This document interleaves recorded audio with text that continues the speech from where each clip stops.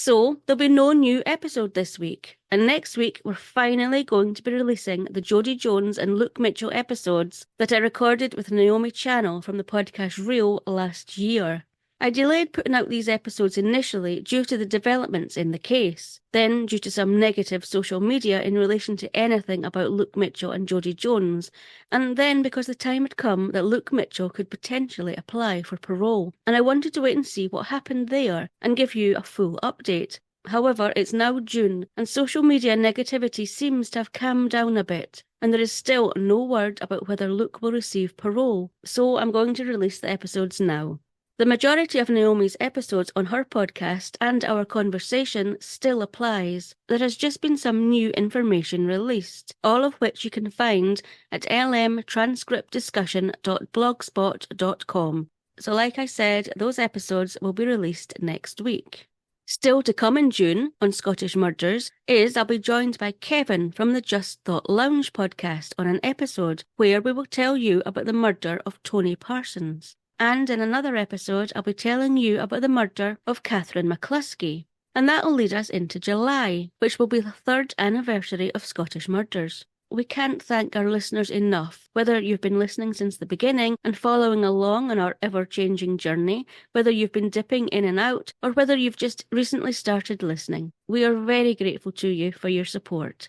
I know the collaboration episodes haven't been for everyone, but I mentioned that the reason I would be doing them for a while was because not only did I want to put out more content and share some fantastic podcasters with you, but because we've had a really busy couple of months, and it just helped in the interim while I knew I wouldn't have as much time as I would have liked to do the same amount of research I normally would do for each episode. But I hope to be able to put more time into doing what I love, researching and sharing Scottish murders in a respectful, victim-focused way. So this episode is just a bit of a catch-up episode, where I'm going to be telling you about, and if you watch on YouTube or Spotify, I'll show you some of the things we've been up to over the last couple of months. I'm not the best person on social media, and I do prefer to keep the Scottish Murders channels for the episodes, if at all possible. So if you'd like to know more about what we've been up to, then here goes.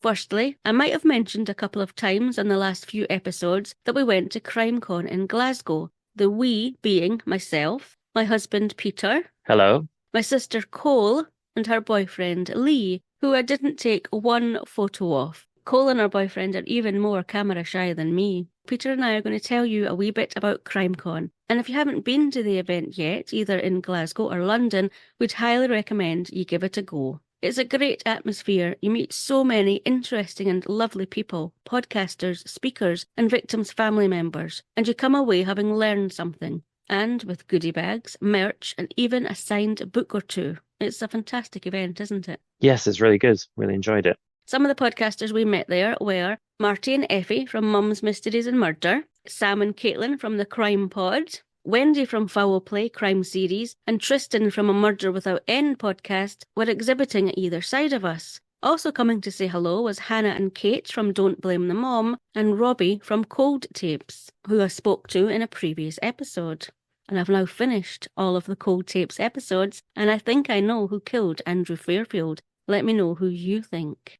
There was also some really interesting speakers, such as Joseph Cotry Monson, who was a criminal lawyer, and who I got to introduce onto the stage, fluffing my lines as usual. But he was a fantastic speaker, wasn't he? Yeah, he was. He was really, really good, really interesting. Really liked his style of presenting as well. So yeah, he was really enjoyable. Yeah, lovely guy. And we're hoping that he's going to return to CrimeCon again. Oh yeah, I would definitely watch a session by him again. He was so good. We also heard from two reformed criminals, one being Paul Smith, who wrote the book From Gangs to Gourmet, who I got to say hello to, and he even signed my copy, and also his partner Stacey. They were both lovely, and there's a really interesting story to share. I'm looking forward to working with them both for an episode of my new podcast, The Blue Way. It was you that actually met Paul first, wasn't it, Peter? That's right. Yeah, he came up and spoke to me. He seemed really interesting, and yeah, I had a feeling he would have a really great story to tell. And yeah, him and his wife were both really nice. So yeah, it'll be good for you to speak to them on The Blue Way. Yeah, looking forward to it. So who else stood out for us? One of our favourites. It's got to be Stephen Keogh.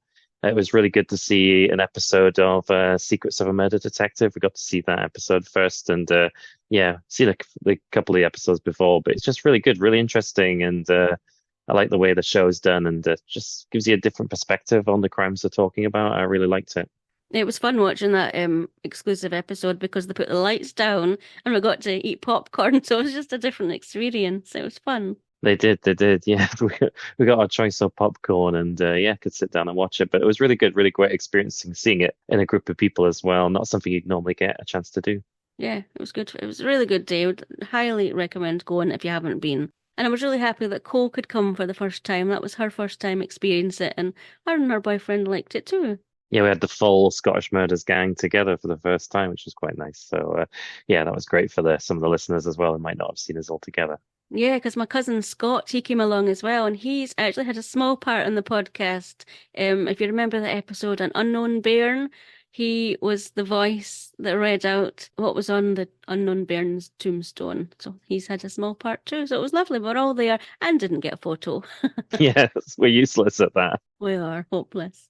So that was just a wee flavour of CrimCon. But like I said, I highly recommend going and experiencing it yourself. There's so much, such as the CSI experience. We didn't get to do that, did we? No, we always seem to be too busy for that. But there's just so much to experience. I mean, that must be fun when you get to do it. You can see the bits outside that was ready for it to go. But yeah, it's just one of those kind of days that you'll get something out of it. You'll enjoy the experience of being there. So while we were getting ready for CrimCon, because we just like to pile on the pressure, we were also setting up our new business and getting ready to launch it at the podcast show on the 22nd and 23rd of May.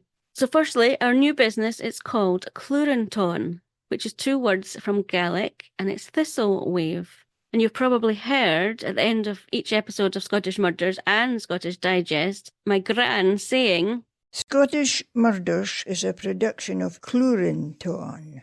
So that's where it comes from. So Peter, tell people about our business and why we set it up and what it's all about.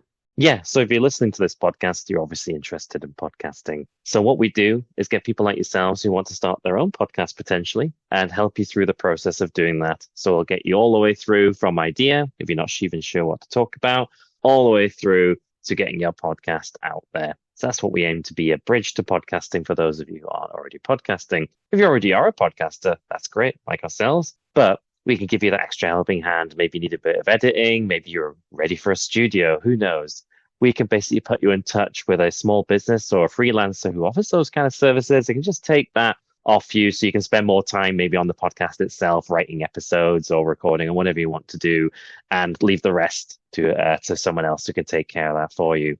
That's basically why we set up the business, just to make existing podcasters' lives a bit easier, allow those who supply services to be connected with podcasters for those services, and for anyone else out there, because I think we feel that there's a podcast in everyone, is to see if that actually is true, and yeah, start you on your podcasting journey. So if you're listening and any of that sounds appealing to you, right through from wanting to start a podcast to a small business that wants to help a podcast, you can get in touch with us from our website, Cluranton, that's CLUARANTONN.com, or you can contact us at contact@cluranton.com.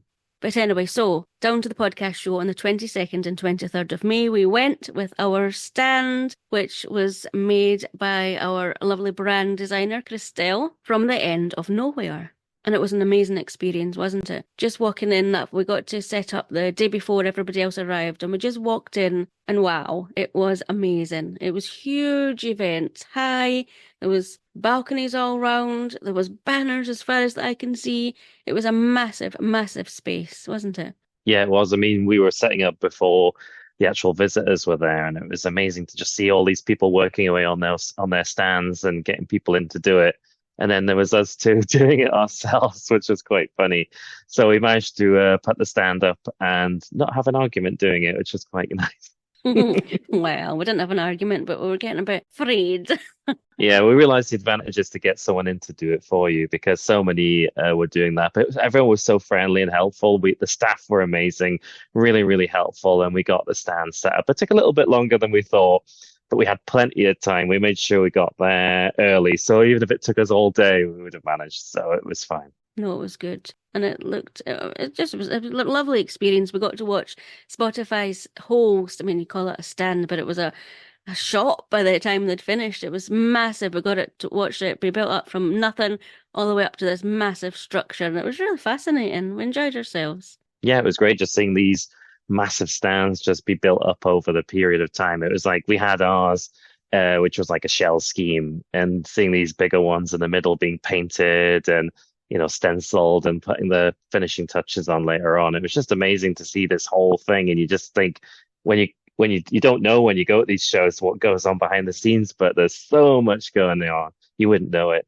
It's amazing. And because it was our first time and all this was going on, and then there was little old us with our little, banners that were stuck to the wall, we were feeling a little bit intimidated, a wee bit unsure of ourselves. And then Tim, the lovely health and safety guy, he came along. He was amazing. He made us feel so welcome and comfortable, and it just gave us that little bit of confidence that, we did deserve to be there. Yeah, he was amazing. I think we just needed that bit of a boost. It was very intimidating to see all these brands that you know about, like Spotify, BBC, Shure, and others. And you just think there's us, just starting out that week, and it was very, very intimidating. So he kind of gave us that extra bit of help and just that extra bit of confidence I think we needed, and it was perfect. We felt really good after he'd spoken to us. We were like, yeah, we can do this. But it also helped give us confidence to have a few people drop by that we knew, didn't it? There was Naomi from the podcast Real. There was Dee from Switchblade Sisters, who we met at CrimeCon a couple of years ago now. There was Nancy from CrimeCon. She came to say hello. And David, who helps to organise all the backgrounds behind CrimeCon as well. There was Stephen Keel. He came along and he was really lovely too. Christelle, our brand designer, she came along. Patsy and Darcy from Pod of Terror, who are the newest British podcasters to join the Darkcast network. They came along to say hello. There was Mary from Spreaker, who I was going to be speaking with on stage the following day, which I was really nervous about. Fran from the Tremula network came to say hello. And there was Takudswa, who's also part of the Tremula network. Some of them we met for the first time and some of them we'd known for a while. But it was really nice, wasn't it? Just having that extra support. Yeah, it was great to see friendly faces. And some of them I had met myself. It was just people that Dawn knew. But it was really, really nice to just have people there to support us. It really helped put us more at ease as well, because we had so many visitors. So it was great to see a few that we already knew. And that was day one. It was just a whirlwind, wasn't it? We were visited by so many people wanting to start a podcast. They had so many questions, people that wanted to help grow their existing podcast, small businesses that wanted to help podcasters. It was just unbelievable who we met, the amount of people we met. Yeah, it was. I think we were just very approachable. We just seemed to be a friendly face that people were happy to speak to. I quite liked that. That was our whole idea, was to be not intimidating, and I think that worked quite well. It's like that's what people want. They just want someone like themselves who they can talk to and say, how do I do this? What do I do? What do I need to do? But day two was a little bit marred for me because that was the day I was going to have to speak on the massive Spreaker stage. It was the Creator Village, it was called, and it was the first thing you saw when you walked in the main doors, wasn't it? It was this whole big space, a stage, and all these chairs and benches and loungy area. I was worried because I'd never done anything like it before, but actually on the stage it was actually okay. Although I do look like I've sitting with my foot broken. I don't know why I was in that position, but it was okay. Once I calmed down and I stopped panicking, it was actually really good. I enjoyed myself. Yeah, you could tell when she was up on stage, she was absolutely amazing. I mean, you would never know. It was her first ever talk. She was really, really good, really relaxed, and Mary was so great. It was just a great session, and everyone was in awe of it. And I got to get a good view. I was sitting relatively near the front, so I was taking my photos and stuff. But I was just so proud of her. She did a really good job. It was difficult to hear because it was such a noisy space because it was open. So I was we had everybody sitting in the rows had headphones on, so it's difficult for anybody not with the headphones on to hear, but I could hear my voice booming back at me, and it was really disconcerting, but I did enjoy it. I would do it again. No, you were amazing, and it sounded fine for us. So I had the headphones on, like Dawn said, and yeah, she sounded super clear, like you were hearing her on the podcast. But if you took them off for a bit, it was just so much noise and cacophony. I was amazed she was able to talk. I find it distracting if there's a noise in the background. So I'm not sure how she managed it. So I was very impressed. And I have to give a quick shout out to Nick Redman, who came along to the stand just at the nick of time. And I was just speaking to her. I didn't realise She was actually a podcasting coach with voiceovers and voiceover services. And we were just chatting. I was just saying, oh, I'm nervous. I'm going to be going on stage soon. And she gave me some techniques to use to help me calm down and help me speak a bit. And it really seemed to work, because I did all right. So I have to say thank you to Nick Redman. Knowles from Ireland Crimes and Mysteries was actually supposed to join that session with me, and imagine my face when I turned up for the session and Mary said, Knowles she's been delayed. She was coming from Ireland that day, and it was just, she didn't make it. And oh dear. So that was a bit of added pressure, but yeah, it worked out fine. Indeed, you handled it very well. So after that was over, we got to finally, and I could just relax a little bit more, and we got to finally go and see a couple of sessions, didn't we? Well, we got to go and see one session together, didn't we? Yeah, that's right. On day one, there was how to build a lasting and meaningful career in audio. So I quite like that one. It was quite interesting. They had some good stories about how they got into audio. I think one of the people had been on the radio and had decided to go independent in that. But they had a really good story. It was quite relatable. You always worried, like, these people might not have stories that necessarily relate to everyone, but all the sessions were quite accessible. So it was actually quite good to hear from someone and think, yeah, that could apply to me. So I quite liked that. It was a really great session, really interesting. It was such a busy day. We didn't get to catch many sessions, but that one was definitely one I was glad I was able to catch. Well, it was actually day 2 I was talking about. Day 1, I didn't get to see any sessions. It was that busy. So Peter, you're lucky you got to see that one. So day 1, I was lucky to get to visit that first session because I wouldn't have got a chance to see any others. There were so many people coming by, which wasn't a bad thing at all. But the second day, we did catch an interesting session, which was about the Traitors. It was about the companion podcast for that, the Visualized podcast. Don't call it a TV show. That was the funniest thing. They get to say, don't go a TV show. It's a Visualized podcast. And they were quite defensive about that, I'd say, but in a funny way. But it was wonderful. We got to see Harry, who was the winner of Series 2. Spoiler alert, if you didn't catch the series already. But he was quite good. He talked a little bit about it. He said relationships have been mended between himself and Molly and the others. So that he said they knew it was a show, but it was really good to see how things have got on for him. He says he's riding a wave off the wind still, which I thought was quite good. And Ed Gamble was there, who presented the Visualized podcast. And he said he would have done it anyway. If BBC weren't doing it, he said, I'm going to do it no matter what. And Ed actually said that he quite enjoyed the experience of doing the podcast. But one of the main things that he said he could have done is found out what happened for the entire series. So basically, he would know the episode he was doing, who was out or whatever. But they actually said, they gave him the option to know the whole thing, including the winner. And he was so glad he didn't do that because he actually joked. He said what he would have done is every episode he said, so what about Harry? Why have we ever thought about? Because he would have been able to help himself. I think he said it really would have like almost hurt the show if he'd known what the outcome was at the beginning. He liked that idea of the reveals, and in fact, the reveals were something they didn't even do for Series 1, which I didn't realize. So they actually only did the reveals as part of this Visualized podcast. So seeing when the person found out who'd murdered them, who the traitors were, that was quite a nice touch, and that was something that the podcast really gave. So it just showed how you can add a little bit of extra flavor to a TV show by doing that. So it was really good, really, really interesting session, and quite fun as well. So we were glad we had time to make that, which was because it was really, really interesting. It was because Harry was the opposite from Ed, because he was sitting at home watching the episodes as they came out, and each week Ed would have a poll saying, I think Harry's going to go. He's not going to be a traitor. He's rubbish. He's not very good.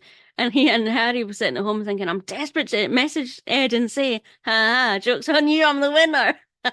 Yeah, he kept on saying, like, why am I not at the top? Like with the list of people he was suspecting, because obviously he knew he'd won it, but it was quite fun to him to watch the show or the Visualized podcast and kind of follow it along and watch Ed kind of try and figure it out and be nowhere near. So it would have added a bit of extra entertainment for Harry, seeing someone talk about the show and have no idea. Which was, I guess, because people on the show didn't have any idea either. So it was so good, even Ed didn't know, and I quite liked that. But he had the chance to know, but I think he was right to say no to that. But he did say sometimes the producers would spoil the next one for him by mistake because they'd tell him who the next person was going to be. So they'd say, "Oh, Ed, by the way, next week it's going to be whoever," and of course that's who's been murdered the next again week. So he'd be annoyed, to be like, "Oh, why did you tell me that?" Because he'd want to know it as he watched the show before he did the actual recording. But so he did get a couple of spoilers, but no, he never did find out about the big one, luckily, until the end, of course. Yeah, I just wish we could have heard a wee bit more from Harry, though. You just didn't get to speak as much as I would have liked. It was the producers and people behind the show that got to speak a lot, and poor Harry was just sitting there for quite a while. I think he checked out. We got a photo of him and he's just like staring into space, thinking, "What am I doing here?" Well, I mean, it's fair enough we needed to hear about how the show was actually put together, but Harry he's just such one of those kind of likable people. You can see why Molly was so convinced. He was, no way. Of all the people who's not a traitor, it's Harry, right? And he just comes across like that. He just comes across like a really nice guy.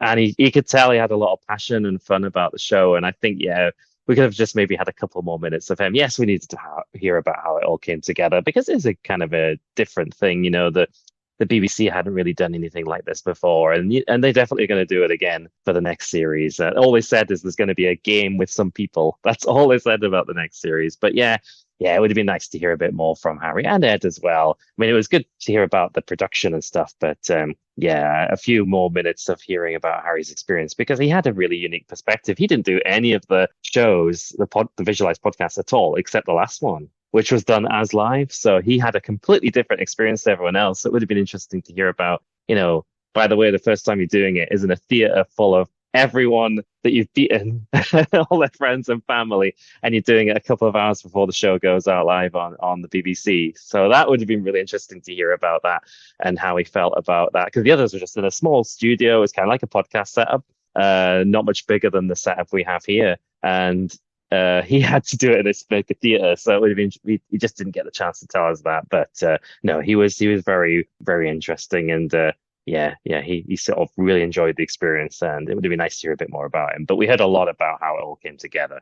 So as you can tell, we really did enjoy The Traitors this year. So much so that when The Traitors UK finished, we started watching The Traitors Australia, didn't we? Oh yeah, absolutely. We were bitten by the Traitors bug. We were like, quick, is there another series? And we'd seen there was the Traitors Australia, so we decided to check that out. And one person really caught my eye when we were watching that, which was Keith Banks. He was an Australian undercover cop, which obviously he was keeping quiet. But I found it really fascinating to watch, and I wanted to know more about his career in the Australian police. So I contacted him, and I've been lucky enough to speak to him for my new podcast, The Blue Way, which, if I haven't said before, is a podcast where I'll speak to former, and if I can, current police officers from around the world to find out not only about their career in the police, but about them, what they were like growing up, what made them join the police, the fascinating careers they had in the police, and the equally as interesting things that they've been doing since retiring from the police. So I'm coming from a background of never having been involved with the police in any capacity. I've no family members or friends that have been in the police, and I really only know about the police and their roles from research and episodes for Scottish Murders, where sometimes the detectives do a great job and other times they do a not so great job. And I just found it fascinating, and I really just wanted to know more about the different roles police officers can have and the different backgrounds that people in the police come from.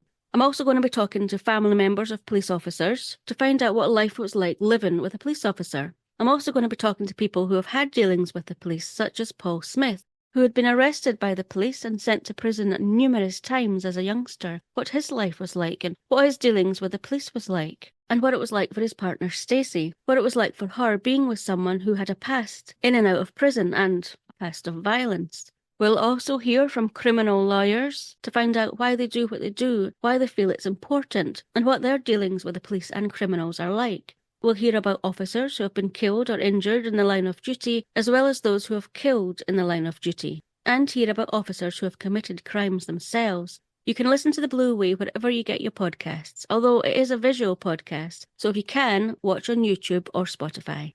So after the podcast show was finished, we got a day down in London just to decompress, didn't we? So we decided to go and visit the Frameless exhibition, didn't we? Just for a bit of a chill out. Yeah, so the Frameless exhibition was absolutely fantastic. It was basically an immersive art experience where you're effectively inside a painting that's moving. So there's lots of familiar paintings like Vincent van Gogh's Starry Night and all sorts of other paintings as well that I recognized and others that didn't. It was just amazing to be fully surrounded 360 degrees by these amazing experiences with music as well and movement and animation and some bits which were interactive as well, like leaves and other such things. It was absolutely incredible. It was exactly what we needed after the podcast show. Yeah, it was. And it was me that found it, wasn't it? Because somebody had posted on social media this picture of the boat and a rocky sea, a really rocky sea, and this picture of the boat just coming at you and the waves coming at you. And I loved that experience. That was my favourite one. We've put a few up that we took, and it was on the floor, it was on the walls, it was on the ceiling, it was everywhere. It was just very immersive, like Peter said. And there was like lava coming along our feet. And we walked in at one stage when the lava was coming towards us, didn't we, on the floor? And it's just really disconcerting to like get off the floor and get onto the glass bit or the mirrored bits where you can, it felt a bit, ooh. Yeah, it was like being inside a painting, basically. That's the best way I can put it. If you could go inside a painting, that's exactly what it was like. Never seen anything like it, and it was exactly the kind of thing that that was ideal from the experience of the podcast show. The podcast show was absolutely amazing, but Frameless was just that way to kind of take your mind and put it somewhere else, and it was really fantastic. It was just an amazing experience. If you're in London, it's definitely worth checking out. It's at Marble Arch, so it was really, really good, really well worth going to, especially if it's raining as well, because it's inside. And then, just at the weekend there, we were in Edinburgh. We met Marty from Mum's Mysteries and Murder podcast and Erin, who is my editor for all my podcasts and a godsend. And we all attended a book launch for John Tantalon's Tales from the Crypts of Auld Reekie. And it was a really good event, wasn't it? Yeah, it was. It was really, really good, really interesting. We had some readings from the book and some songs being sung as well, and it was just absolutely mesmerizing. It was this pub in Edinburgh, not too far from the station, the Waverley Bar, and it was just fantastic to be in that kind of experience and just see that for ourselves and about the book and stuff. It was a really different kind of way of talking about a book, but perfect for the subject matter. So yeah, it was really, really interesting. And we got a signed copy as well. And so John Tantalon, he actually does tours, ghost tours around Edinburgh. You can find him on Instagram at north_Edinburgh_nightmares. And I'm hoping to have him on Scottish Digest to tell us a bit more about that. So speaking of Scottish Digest, if you're planning a visit to Scotland this year or in the future, or just fancy knowing a wee bit more, the first episode of season 2 is now available. And actually, we speak to Marty from Mum's Mysteries and Murder, and she tells us about her favourite places and areas in Scotland, which is Ely and Earlsferry in Fife, where she frequently visits with her husband and son. I really enjoyed speaking to Marty. She's quite a character, isn't she? Yeah, she is so much fun. We've spoken to her at CrimeCon and the book launch as well. So yeah, always good to catch up with her. So if you fancy knowing a wee bit more about Ely and Earlsferry or just what you can do around the area, go and check it out now. And I think that's about it. You're all caught up. But before I end, as any existing independent podcaster will know, discoverability is such a hard thing. And so I'm going to give a wee shout out to some of the independent podcasters that came to say hello at the podcast show. Just in case you're looking for a podcast to check out in a different genre to true crime, such as the A-Level Biologist podcast, Healing Place by Meta Mystery, Dirty Sink Drama with Jackie, The Chat In, and we met Kirk and Mark at the podcast show, BTS Creative Academy, World Economic Forum with Robin, Creative Switch with Nikki, Scotland's Women with Kirsten, Don't Tell Mom with the Bankses, Sexomic Podcast with Heidi, Tis Talk with Mary Myers, which is a community podcast about Tisbury in Wiltshire, and Sound Fiction with Sean Flynn, who has an incredible voice. And finally, just one last thing. While we can't thank you enough for continuing to listen, we could always do with the odd rating and review. So if you have a spare couple of minutes, please go and make our day. And remember, you can always contact us at contact@scottishmurders.com.